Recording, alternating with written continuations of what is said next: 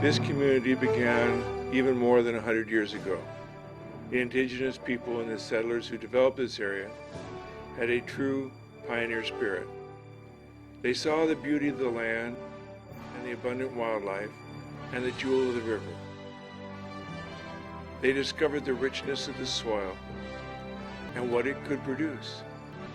They knew that this was a perfect place to settle and raise a family. We have built a strong community full of people who share the spirit of our first settlers, confident in the knowledge that we can make this an even better place for our children and grandchildren. Join me now as we travel back to those early years and relive the beginning of our community.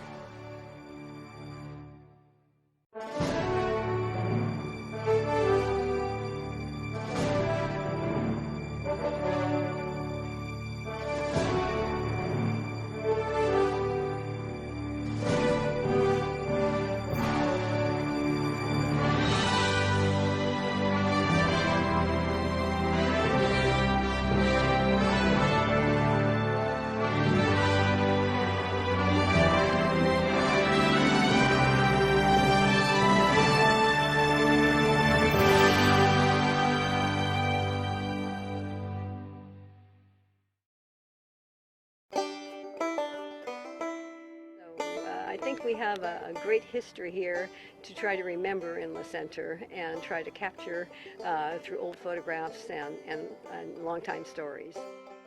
So here we are today in Sternwheeler Park, Le Centre, Washington. The City Fathers of Le Centre wanted to provide a park for its citizens, not only for the recreational reasons, but also as a way of reminding us about the beautiful history of Le Centre itself and the activities that took place here in the late 1800s and early 1900s. People probably ask the question, why is Le Centre called the Centre? The center of what? Well, back in the 1880s, commerce had a huge demand. As the commercial activity grew in Le Centre, the crops that went out included fresh game, deer, fish, cordwood. Cordwood was an early export. One of the biggest exports was the railroad ties. The railroads learned early it was cheaper to get the ties made near where the railroad was going in. This was wonderful timber. But in Le Centre, we don't have a definite count. We know Fanning said in 1909 there were 14 different logging mills in operations going at the same time. In our Rashford, again, an early mayor, but also a timber investor, once said that he believed more than 60% of the railroad ties for the Washington-Oregon portion of the railroad came from the Lewis River Valley. That has got to be thousands and thousands of board feet of railroad ties. So how to get those railroad ties to commerce? Sternwheelers, which were steam-powered, wood-burning at that time, were going to make it happen. But we know by 1872, in 1873, Captain William Weir is bringing the Swallow up to Timmins Landing. A steamboat captain named William Weir arrived in the Portland area looking for a place to start a steamboat business.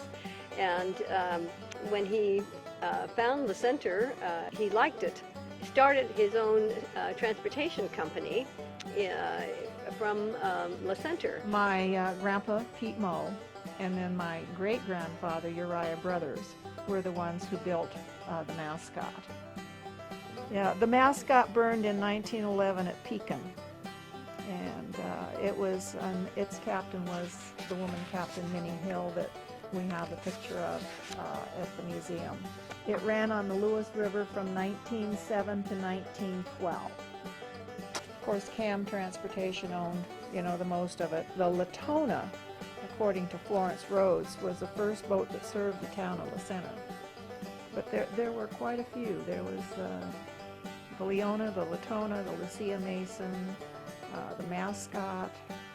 north and east of La Center, to facilitate the railroad ties that had been milled in the hills out of this area to get down to the East Fork, they built a series of flumes. And the flumes that carried the product brought the product to La Center, to area right below us here, which is a bottomland. A flume is simply a carrier that you fill with water, and then you drop the railroad tie into it, and the rush of water takes it the course of the flume. Those 7 flumes are said to have tied into 3 major flumes, and those 3 major flumes all converged on the east side of whatever bridge was there at that time. In the beginning, in 1852-53, when those few donation land claim people were coming here, there was no bridge.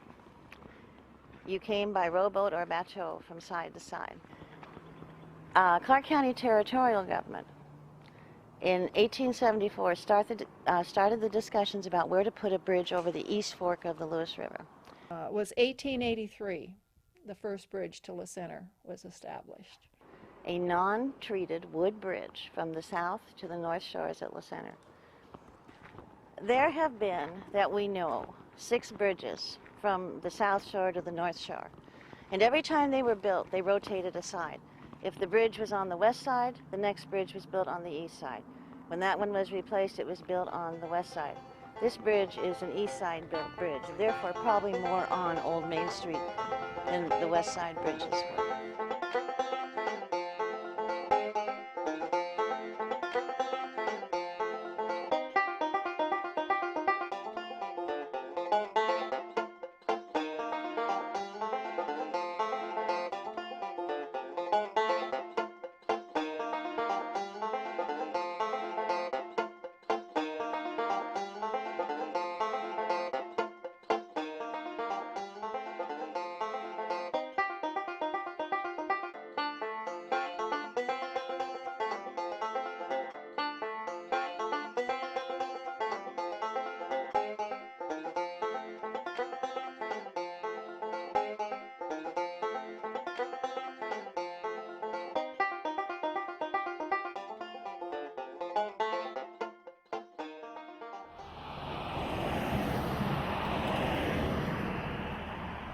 The exporting of a fruit, prunes. Prune orchards, apple orchards. Prunes were a big crop. They even had a prune society and a prune princess one year. They settled, they came out here and bought the property from the Finnegans for $6,000 and began to plant prune trees. Well, it was always said that they had some of the nicer prune trees that were vigorous because they dug a hole and they put a stick of dynamite in the ground to blow the soil, loosen up the soil so that water and nutrients could get to the roots. Everyone else's prunes come ripe at the same time yours do. And so you can't all just take turns going into the dryer or the fruit is spoiled. So you've got to be able to dry it right away when it's ripe and sweet. And so as a result, most folks did have dryers on their own places in order to dry the prunes. One year there were so many prunes, they were out in the streets just stacked. And so then he rented a prune dryer over in Fisher's Landing. When Mr. Finnegan started the prune dryer, why then he asked Dad if he would manage it. This is what the dryer trays look like. See, they're 1/4-inch mesh, and they just slide in like drawers in a stack, you know, and the heat comes from below, a wood-fired heating source underneath. You're not trying to turn the heat up very high. It's just a warm living room heat, you know, that keeps the moisture moving out. So it's not like wood won't work. You see, it doesn't get too hot.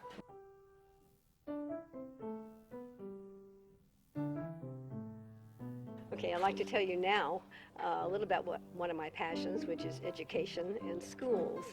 And one of the first schools in the La Center area was Fairview School, which was located off of what is now Stoughton Road, about 3 miles east of La Center. This book, Center High School, Its History and Graduates, is one that Sharon Bryan put together, and I think she's just done a marvelous job on it. It took months, probably years. She speaks in here of how hard it was to retrieve a lot of this information and acknowledges it's not totally complete because some things were missing, but it's a valuable resource. When I started, there were 4 grade school rooms on the main floor and 3 classrooms upstairs for high school. And then an old chemistry room down in the basement. And our heating system was an old wood furnace in the basement. And we just hovered over the registers. We loved it. And I worked a few months as a teacher's aide, and then I went into the superintendent's office as his secretary, and I was also called clerk of the school board. I took all the school board minutes from there until I left in 1980 when my husband. We're very proud of it and of the Call family. Every summer, especially from the middle of July through September, the East Fork at La Center bows down to a very, very special part of its history, and it is the Sternwheelers. That era is marked by the remains of a smaller sternwheeler called the Leona. The Leona had been in service along the lesser rivers, the Cowlitz and the Lewis River occasionally, and was owned by a gentleman in Portland. Among the businesses that was functioning in La Center in 1911 was a boat repair business. And she was brought up here for repair. She was tied up on the North Shore. She was receiving her repairs. There was some tarring involved. She caught fire. By that time, Main Street had been devastated by 6 fires. And the natural thing to do was to cut her loose. So they did, and she drifted to the South Shore, and she burned.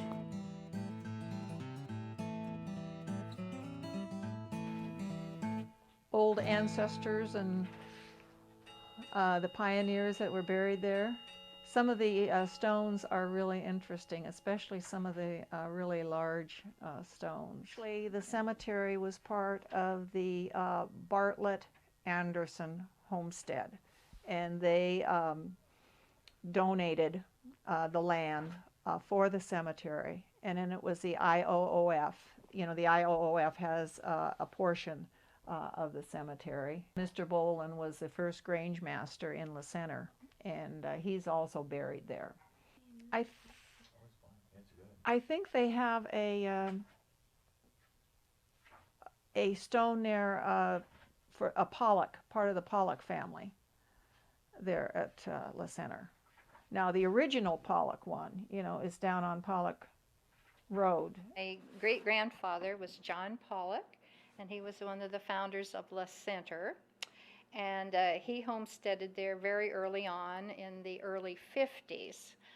He married Eliza Banzer, and he also was very political. He, of course, would travel to Olympia by horseback for his various duties up there. And as he came back, why, he would had to ford a lot of rivers, and he was in a hurry to get home and so forth. And he got pneumonia. And tragically, he died at the age of 44, I believe it was. Now the original Pollock one, you know, is down on Pollock Road. Before they put the new freeway in, that was the road to La Center. I built 3 houses or fences around him already since '77. I hope this is the last one. It looks like it could be. Yeah, we always thought it was very interesting, and because here's this one lone grave.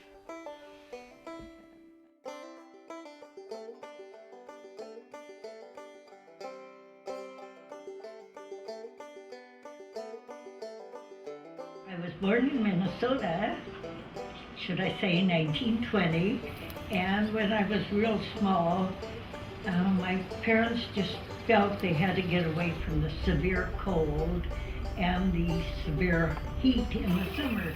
So they headed for the West Coast. We've been here ever since, or in this locality ever since. And we moved here, and the first thing I can remember is crawdadding. And we would take a piece of bacon, and luckily my dad's home place was right by a creek, and it had 3 bridges, and we'd lay on our stomach and catch crawdad. And some of the fishermen from the center found out, so they started buying our crawdads. They would call and say, "Can you have me 12 of them by 10 o'clock?" So we'd run down the creek and catch crawdads. I don't know how we started getting to go swimming down in the Lewis River, about a quarter or a half mile below the bridge. You know, there had been so many children in the center that would not have learned to swim if it had not been for Mr. Barnhart. He built these nice dressing rooms and benches clear around, and up on the studs he put pegs so people could hang their clothing. You know, he did so much, and to this day I don't know that he was ever thanked near what he should have been, because he did so much for us. And my brothers, we walked in from Jenny Creek area, which was about 2 miles, and we would walk in, and walking home wasn't always as much fun. But sometimes we could go past the old Woodard restaurant and pool hall, and maybe have an ice cream cone or a candy bar on the way home, but not too often. And this is where it all happened. This is probably on most of Old Main, right here. Timon was the first to develop the plat for the town of LaCenter that he recorded, and I think it was 1874 or 75, followed by Andrew Brzez's edition in 1885. They started at the water's edge. Out there underwater is First Street. It really was on stilts. And in 1882, the very first fire that we know about, one of Mrs. Brzez's boarding houses burned down, and it was on those stilts. But what happened is the Sternwheelers began better and regular service beginning about 1872. Timmins had a landing. They started using that. Finally, the bridge gets built in 1883. We have businesses developing right from here on, going all the way up to the intersection of 4th and Aspen. And the Sternwheelers were doing a really good traffic as far as bringing people in and taking freight out. But when they started logging, mid-1880s, the loggers became the second great impact on the commerce of this little community. In 1909, when they were getting ready to incorporate, Sylvester Fanning, who was a resident then and became one of LaCenter's earlier mayors, had an article in a magazine called The Coast. And in the article, he said upon rising, he could hear the whistles of 14 mills. We know from other data that a good logging operation with a mill employed 30 to 50 people. Come 4 o'clock Saturday, they were off work. Many of them didn't have families. They had followed the railroads cross country. The nearest town to those 14 mills was this little commercial business in LaCenter. They came to get their saws sharpened, buy new clothes, take a bath, have a nice rest in a hotel, eat a good meal, and have a few drinks. Every Saturday night for probably over 8 years. And we have the beginning of promise. It didn't stop. Timmins Platte on the west side had Captain William Weir's first store, which was short-lived due to the fact his partner absconded with the funds. Then we had a 2-story mercantile. Timmins built a building he leased out. Brzez sold property for the Riverview Hotel, followed by Bob Robbins Saloon, the OK Barbershop. As the services were needed, more false fronted buildings went up on each side. And I would bet from like 1885 until 1907, there were no less than 30 businesses on both sides of East and West Main from this point on. By 1924, the concrete highway, part of the federal highway program, was done. And on the west side of the highway, just above 3rd Street, was Matt Woodward's Hotel and Dance Hall. And next to him was George Haskins' garage and eventually auto sales. These two businesses did well. Eventually, they were sold to the first cardroom owner, Darrell Lee. They now belong to Michael's Development and are the Palace Casino. That's Woodward's place.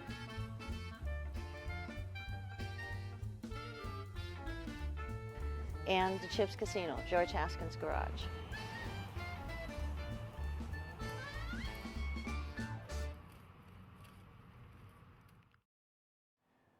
In the early 1900s, one of the last authentic steam-powered sternwheelers, namely the Portland. I had the pleasure of being taught how to run the steamer Portland, and I was her final skipper. There were 3 of us total, and I was one of the 3, and had the privilege of serving aboard her. That was the end of the official steamboat era. She's authentic, she's powered by steam. There are no other steamboats in the world. She is the last one. She is today a museum piece tied up at the seawall downtown Portland at Waterfront Park. You can go there and visit her anytime. Le Center, which is planning a museum that will represent with accuracy that early time period so that Le Center has its place in history.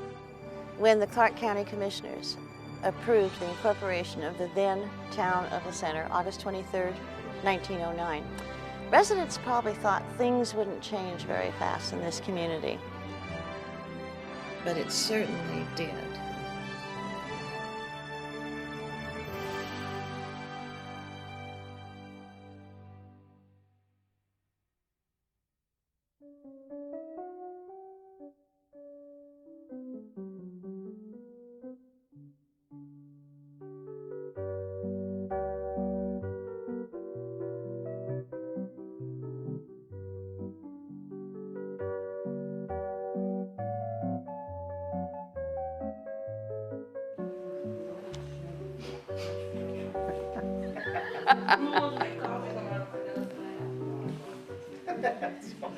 Show me angry. Show me angry.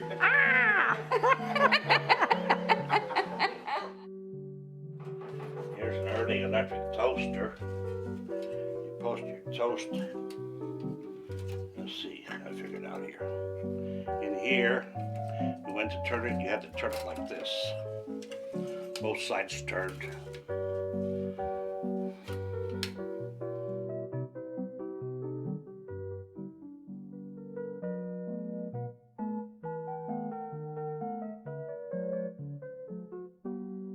Buttons used to have the bank there, and the old safe is still there.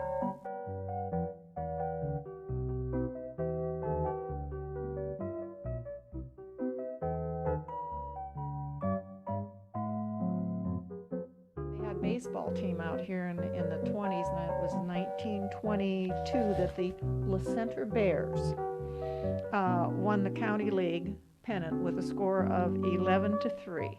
Now, who they played against, I have no idea. Get out of there, little one. It's a beautiful car. Thank you. It's a lot of fun doing this filming. Thank you. You're quite welcome.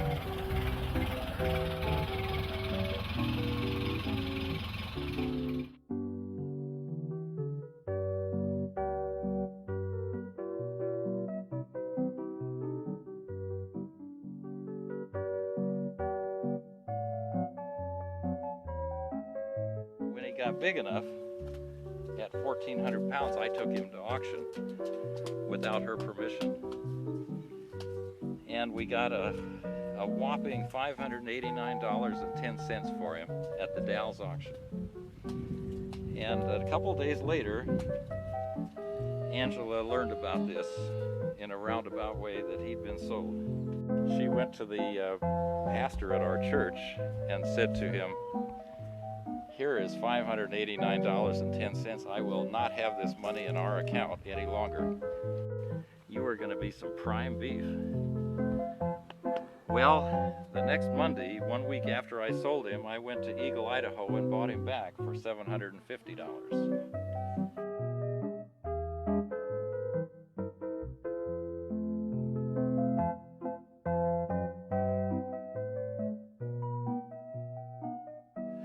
Here's an old charcoal iron. Put the charcoal in here, and you can iron your clothes. He's one of the most well-traveled steers you'll ever meet, right? Yeah, he said whenever the stock trailer comes, he trots up and says, "Are we going for a ride again?"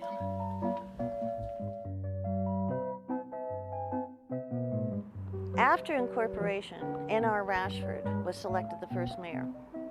And this law enforcement thing was such a big issue that at the very first council meeting, before they adjourned, he appointed another resident, Pat Kane, to be the marshal, and then appointed a committee to find a site for a jail.